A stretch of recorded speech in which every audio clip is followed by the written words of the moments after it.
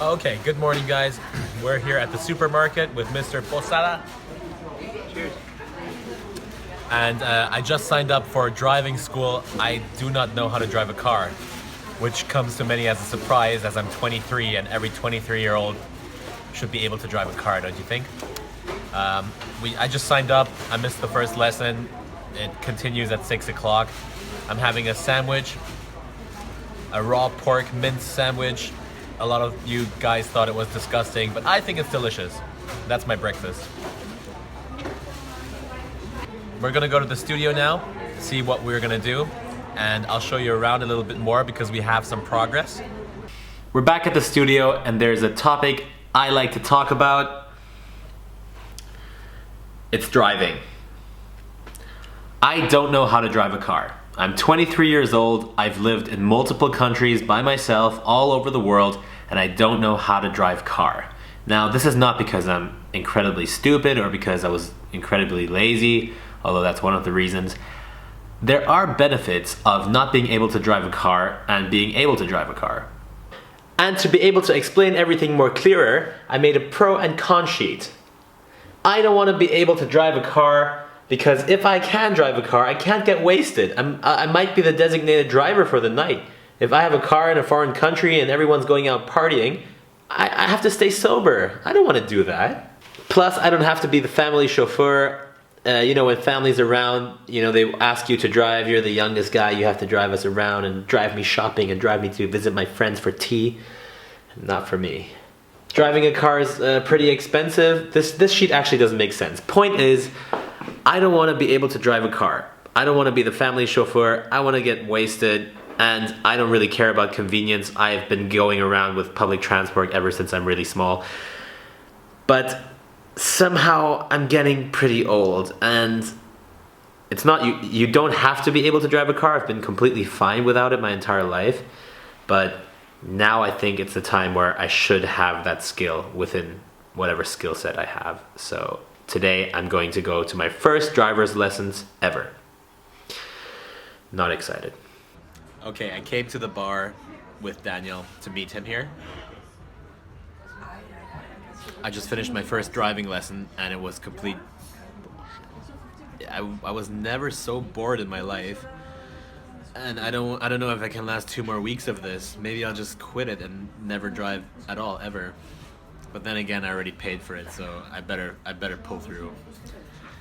Let's go to the studio and see what we're gonna do there. So back from the driving school, it was the most boring thing I've ever done in my life. It was only 1.5 hours, but it felt like forever. It felt like 10 hours in some jail or something. I mean, I could have gotten my driver's license for 100 euros in Indonesia, paid off some guy to pretend that I finished the exam, but here you have to learn everything by heart. And, I really feel like I wasn't that productive today, so I have an idea. We're gonna cook some instant ramen and make it like a recipe video, add some stuff to it and pretend it's like something really special.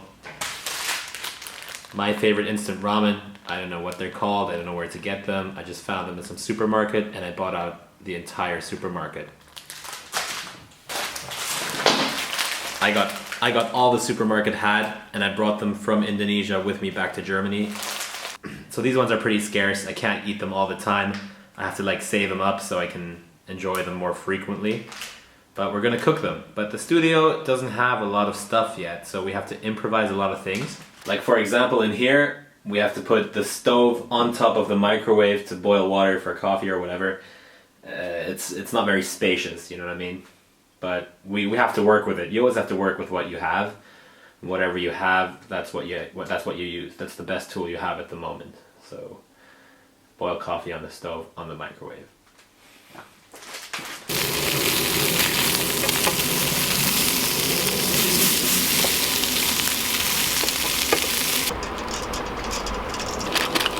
Yes. And the shishito pepper goes on top. And over there we have it.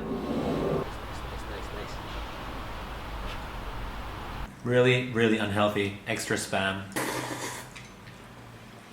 Instant ramen is one of the most recognizable flavors I've ever encountered in my life. The sad part about Germany is no place sells this. Only in Asia and other places I've been to sell really, really good ramen in the States. But in Germany, there has yet to be an instant ramen store. Especially in Berlin, where food is like really cultural. But really important, instant ramen is really unhealthy. So how to compensate with the unhealthiness? You eat it with a salad. Cheers, guys. I'm not looking forward to that salad. You're not? Actually, yeah, I could eat that salad. All in all, this was not a very successful day. I hope you don't watch away from the vlog. I hope you continue watching it. But I'm gonna do what I do best. Play Counter-Strike. See you in the next vlog, guys.